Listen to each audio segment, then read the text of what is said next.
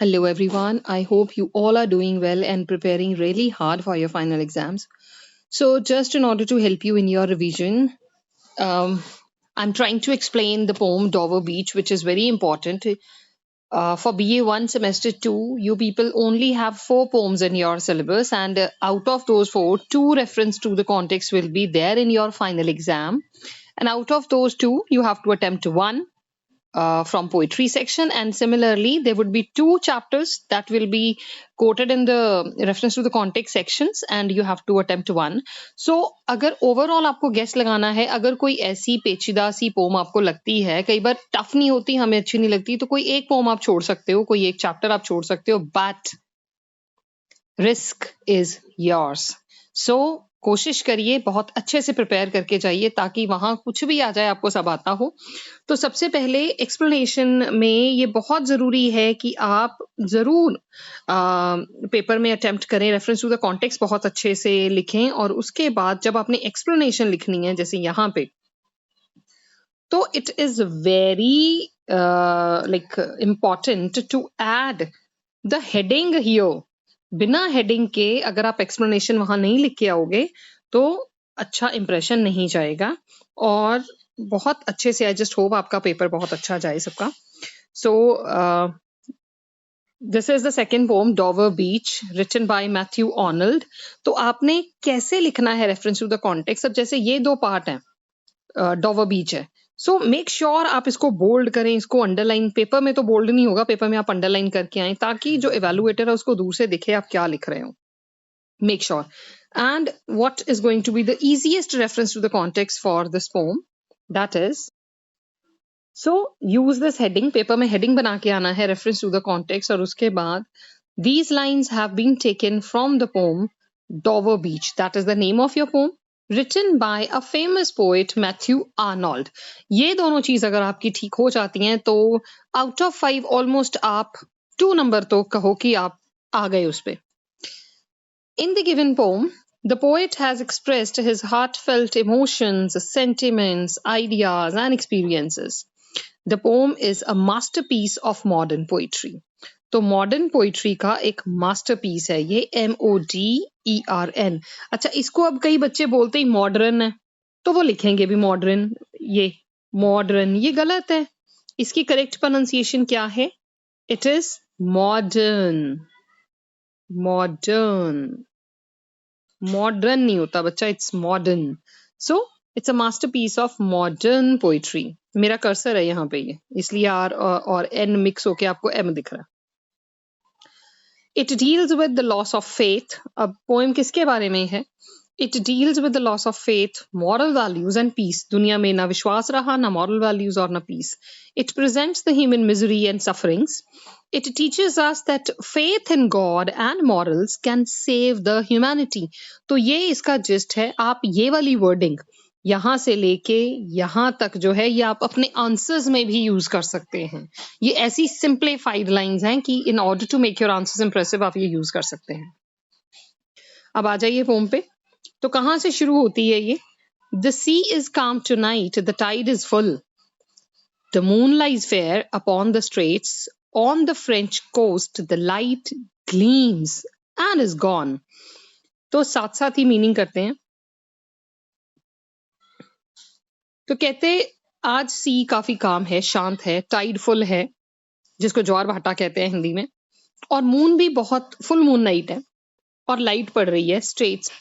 अब ये जो बीच है, एक तरफ इस बीच के ये समंदर है मान लीजिए, ये वाटर बॉडी है, एक तरफ इंग्लैंड है और दूसरी तरफ फ्रांस है. तो 2 कंट्रीज के बीच वाला ये एरिया की बात हो रही है. इस साइड इंग्लिश साइड जो बीच है वहां की बात हो रही है.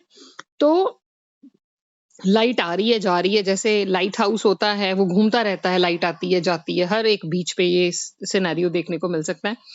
जो क्लिफ्स हैं, क्लिफ्स मतलब रॉक्स हैं जो इंग्लैंड के साइड, वो स्ट्रेट खड़ी हैं. लाइट कभी उन पे पड़ती है, और जब लाइट पड़ती है क्योंकि वो गीली हैं, पानी बार बार उनके ऊपर चट्टानों पे पत्थरों पे पड़ता है, तो glimmering and vast out in the tranquil bay, बड़ी शांत, मतलब एक अच्छा खासा देखने का, एंजॉय करने का नजरिया है। और वहां पे लाइट जो है वो मून लाइट की जब लाइट पड़ती है, जब वो लाइट हाउस की लाइट आ रही है, तो शाइन कर रहा है सब कुछ। आर्नल्ड डिस्क्राइब्स, अब इन लाइंस में क्या बात कर रहा है Matthew Arnold? Arnold describes the beauty of English Channel at Dover. तो डॉवर जगह का नाम है, डॉवर बीच, वहां पे वो इंग्लिश चैनल, अब इंग्लिश ये चैनल टीवी का चैनल नहीं है, जो रास्ता दो कंट्रीज के बीच में वाटर बॉडी आती है उसको चैनल बोलते हैं। सो वो इंग्लिश चैनल की ब्यूटी दिखा रहे हैं। It's a moonlit night, पूरी मून की रोशनी वाली ये रात है। द सी इज काम, कोई समुद्री तूफान नहीं आया हुआ, सी शांत है।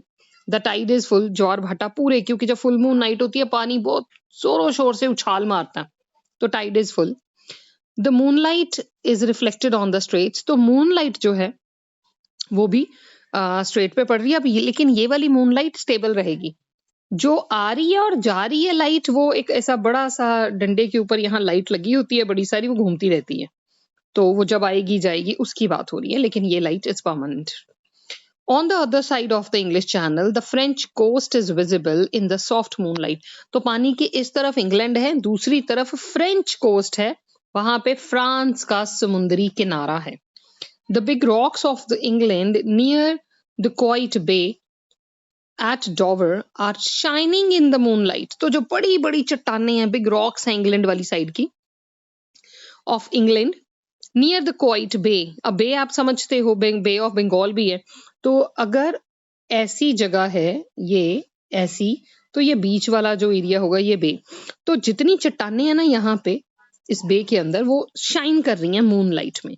सिंपल, कुछ भी नहीं याद रहेगा, सिर्फ इतना भी लिख सकते हो, the big rocks of England, वैसे तो कुछ मुश्किल है भी नहीं है, near the quiet bay, quiet मतलब शांत बे, at Dover are shining in the moon light. अब नेक्स्ट क्या है?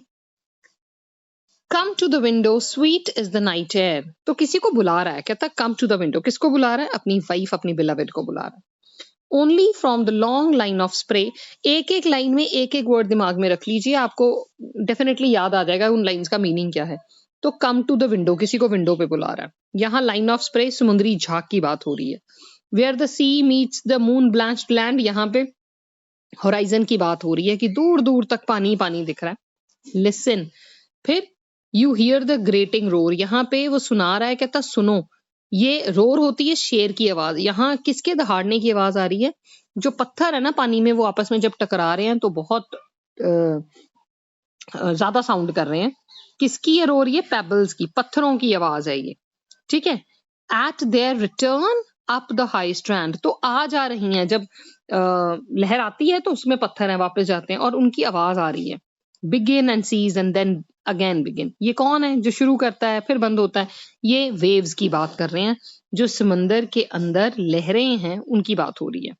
With tremulous cadence slow and bring the eternal note of sadness in, अब उसको कहीं ना कहीं इन समुंदर की जो लहरें हैं इसमें सैडनेस महसूस हो रही है। क्यों हो रही है वो अभी देख लेते हैं। So why he is feeling there is sadness? The poet asks his wife to come to the window. Poet अपनी वाइफ को विंडो पे बुला रहा है, in order to enjoy the sweet night air. वो उसको कह रहा है कि विंडो पे आ और स्वीट नाइट एयर जो है उसको एंजॉय करो। He asks her to listen to the sound of the sea waves. उसको कहता है सी वेव्स की आवाज सुन। कई बार पानी की आवाज बहुत अच्छी लगती है, कई बार डराती भी है जब बहुत तेज होती है। A harsh sound is produced by the waves, advance and retreat alternatively. तो उनको कहता है, अपनी वाइफ को कहता है कि आके आप सी वेव्स की बात सुनो। A harsh sound is produced by the waves. तो वेव्स ने एक बड़ी प्रोड्यूस की है साउंड, हार्श साउंड। कब?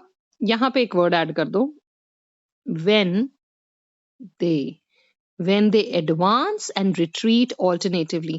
तो जब भी वेव्स आ रही हैं और जा रही हैं, यहाँ पे ऐड करना है when they advance and retreat, जब वो आ रही हैं जा रही हैं तो एक बड़ी harsh sound प्रोड्यूस हो रही है। They carry away pebbles from the sea beach and again fling them back। तो वेव्स जो हैं वो पहले जाते हुए इन पत्थरों को साथ ले जाती हैं, फिर उठा के वापस मारती हैं. The poet wants his wife to notice how the pebbles move along with the waves of the sea. वो चाहता है कि वो नोटिस करे कि पेबल्स कैसे आ जा रहे हैं. This process of advancing and retreating continues constantly. तो अगर आपको ये लाइन नहीं भी लिखना हुआ कि वो नोटिस कराना चाहता है, बस इतना ही. He wants his wife to notice, ये सारा छोड़ के आप लिख सकते हो all this. अगर बहुत सिंपल करना है, he wants his wife to notice all this, कि वो सब कुछ देख ले. And this process of advancing and retreating, आना और जाना, it is continuous, constantly. वो constantly ये जो है चल रहा है process. और जैसे ये प्रोसेस चल रहा है, देयर इज एन इटर्नल होता है एवरलास्टिंग, जो हमेशा जिंदा रहेगा, हमेशा ही रहेगा. Note of sadness in the rhythmical rise and fall of the waves. अगर रिदमिकल वर्ड डिफिकल्ट लगे तो आप छोड़ भी सकते हैं. There is an eternal note of sadness in the rise and fall of the waves. The poet means to say that the sound of the waves is sweet in spite of their sad note. तो बीच में sadness है, कहीं ना कहीं पत्थरों की आवाज जो है वो ग्रेटिंग रोर जो है वो डिस्टर्बिंग है, आप लिख सकते हैं.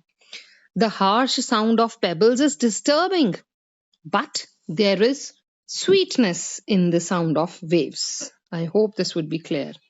नेक्स्ट स्टैंजा में रेफरेंस दे रहा है पोएट सोफोकलीज की. Sophocles is a Greek dramatist जो ट्रेजेडियन था, ट्रेजेडीज के बारे में ही लिखता था.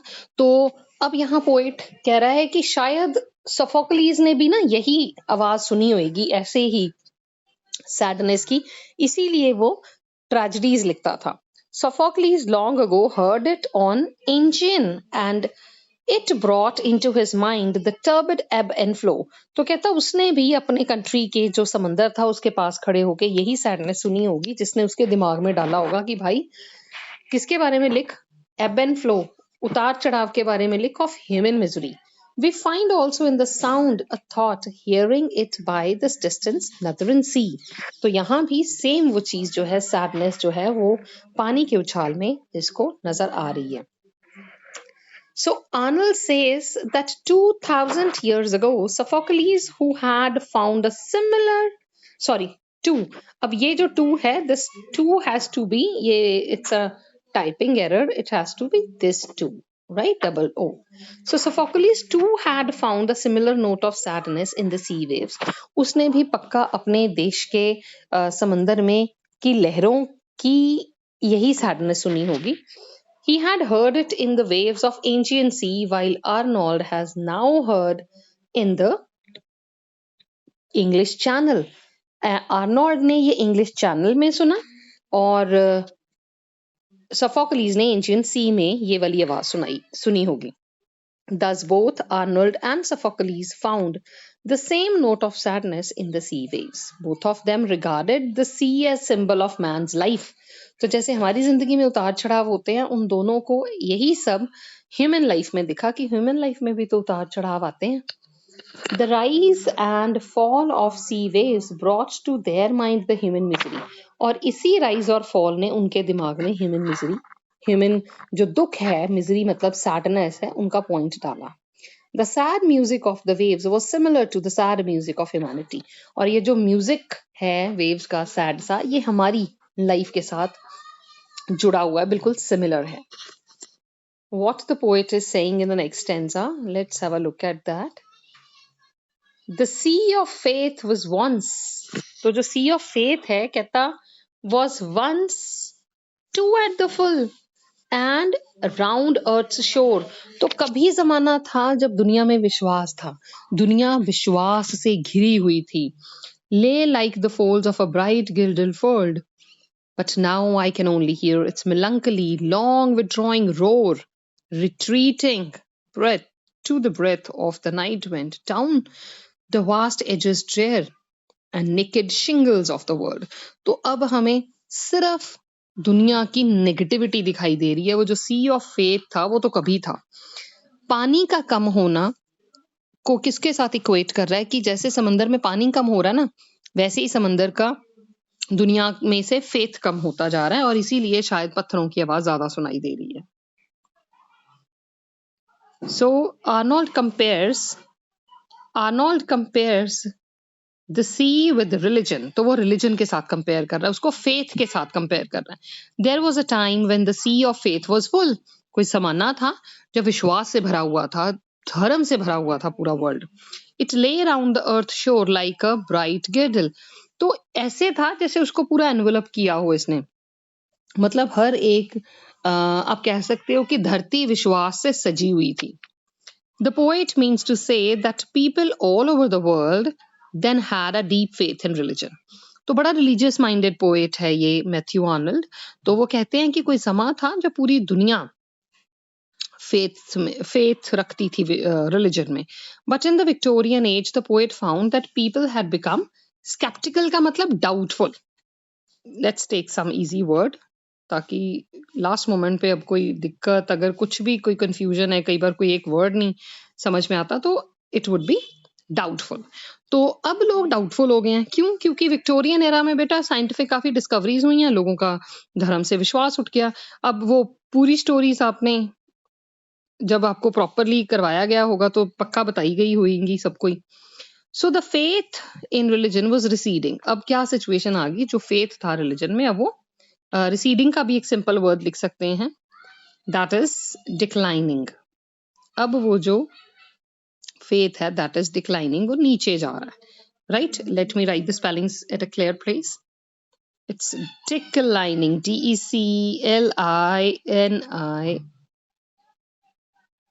DECLINING, declining. सो वो अब फेथ जो है डिक्लाइन हो रहा है, गिरावट आ रही है उसमें. It was leaving the world barren and dry spiritually. तो आध्यात्मिक तौर पे दुनिया जो है वो बंजर होती जा रही है, दुनिया बैरन होती जा रही है. People were getting more and more money minded. लोग उस समय, जिस टाइम की ये बात कर रहा है, विक्टोरियन एरा की बात हो रही है, इसलिए सब कुछ पास्ट टेंस में है. लोग पैसे के पीछे भागने लगे थे. द पोएट कंपेयर्स, ये प्रेजेंट में कंपेयर कर रहा है, राइट, करता है, और पास्ट की बात कर रहा है तो पास्ट टेंस में लिखना है हमने. This situation, so the poet compares this situation with the seashore left with naked shingles after the waves have receded. तो जब ये वापस चली जाती हैं, वेव्स जब रिटर्न हो जाती हैं, जब वो रिट्रीट कर जाती हैं, तो पीछे क्या, अब पानी को कंपेयर किया उसने फेथ के साथ, फेथ इन रिलीजन के साथ. तो जैसे ही जो वेव्स हैं वो पीछे भागती हैं और वापस चली जाती हैं, एक बार टकरा के समंदर के तट के साथ, चट्टानों के साथ, तो पीछे पत्थर छोड़ जाती हैं. उसको लग रहा है कि naked shingles of the world, जितनी नेगेटिविटी है, गलत चीजें वो रह गई और विश्वास लोगों का धर्म में कम हो गया, पीछे हट गया. Similarly, after the sea of faith has receded, ugly pebbles of hatred and greed are now left in the lap of mankind. तो क्योंकि जो फेथ है वो खत्म होता जा रहा है, दुनिया की पास क्या रह गया, अगली pebbles of hatred and greed, लालच रह गया, नफरत रह गई. And now these are the things that are left in the lap of mankind. और इंसानियत की गोद में अब सिर्फ ये चीजें रह गई. ऐसे ही what does he say in the last lines? Ah, love, let us be true. तो अपनी beloved को कह रहा है कि my love, let's be true, please be loyal to each other, we have to be. अगर हम एक दूसरे पे विश्वास नहीं रखेंगे तो बिल्कुल ही दुनिया खत्म हो जाएगी. To one another for the world which seems to lie before us like the land of dreams, so various, so beautiful, so new, hath really neither or neither joy, nor love, nor light, nor certitude, nor peace, nor help for pain. तो अपनी beloved को यहाँ वो appeal कर रहा है कि we have to be very faithful to each other, और हम एक दूसरे के हमें बहुत ज्यादा फेथफुल रहना होगा, तभी कुछ अच्छा होगा. क्योंकि इस दुनिया में अब अच्छाई नहीं रही, रियलिटी में कोई जॉय, कोई ब्यूटी नहीं रही. लेकिन we have to be still hold on tight on the moral values. So Matthew tells his wife that in the world of materialism, love is the only thing that can sustain man.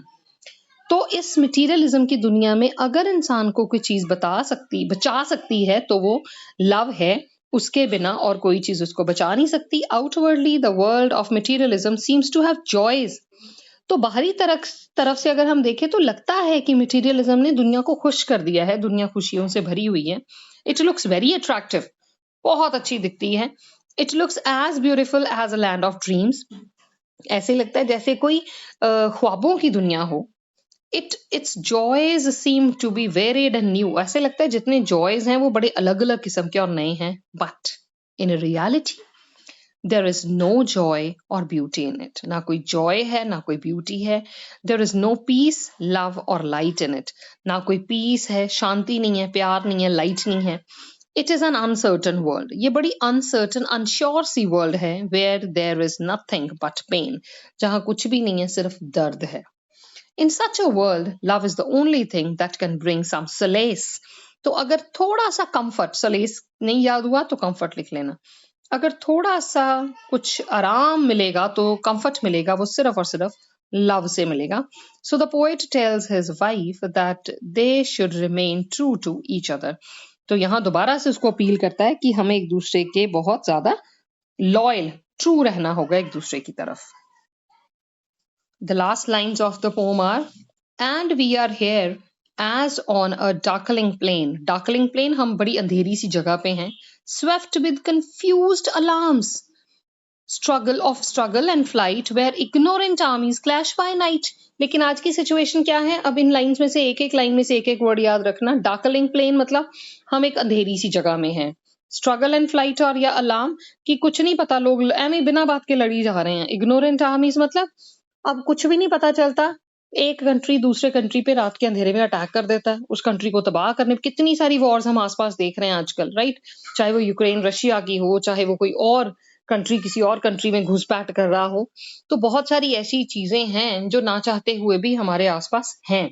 तो बड़ा sad note पे ये खत्म कर. और ये सोचो, ये आज की बात तो हम कर रहे हैं, ये इंसान was there from, he died in 1888. तो आप सोचो 200 साल पहले की भी हाल, साल डेढ़ मतलब वही 100-150 साल पहले भी वही सिचुएशन थी जो आज है. So what he says in the end, Arnold compares a society without faith and religion to a dark and gloomy plain. वो ऐसी कंट्री जिसमें ना फेथ है ना रिलीजन है, ऐसी कंट्री, ऐसी सोसाइटी को वो एक ग्लूमी प्लेन के साथ, एक ऐसा अंधेरा मैदान के साथ वो कंपेयर कर रहा है जहां पे लाइट ही नहीं है. The people of such a society are ignorant. लोग बिल्कुल ही नासमझ हैं. Because they don't know the purpose for which they are fighting. उनको यही नहीं पता हम लड़ क्यों रहे हैं. और वाकई में नहीं लोगों को पता होता. आप आज कोई बात कहो, लोग मतलब वो सड़कों पे उतर आएंगे, उनको मुद्दा नहीं पता होगा कि हम किस चीज के लिए खड़े हैं. कई बार ये होता है, not always. There is a state of complete confusion. बिल्कुल पूरी कंफ्यूजन है. जैसे कहती हैं कि रिलीजन का नाम लेके कभी भी किसी को भी लड़वा सकते हैं. तो कंप्लीट कंफ्यूजन है लोगों में. They are swept with confused alarms of struggle. और दे आर स्वेप्ट विद मतलब बही जा रहे हैं वो उसके साथ, उनको कोई फर्क नहीं पड़ता. कंफ्यूजन में वो फ्लो के साथ बही जा रहे हैं. They are flowing with the flow. They are running here and there, इधर उधर भाग रहे हैं. The mad race for material advancement goes on to no end. तो जो मैड रेस है ना मटीरियल एडवांसमेंट की, वो चलती जा रही है. Goes on to no end, उसका कोई एंड ही नहीं है. People are in the state of a continuous struggle, but they don't know what they are struggling for. तो उनको ये नहीं पता वो किस चीज के लिए स्ट्रगल कर रहे हैं. They are only running and running in confusion, right? So I hope this would be clear. This reference to the context is going to be easier for you to attempt. So you have to do nothing. जब आप थक जाओ पढ़ के, just have your earphones or earplugs and listen to it आराम से, ताकि सारा आपको रिकॉल हो जाए.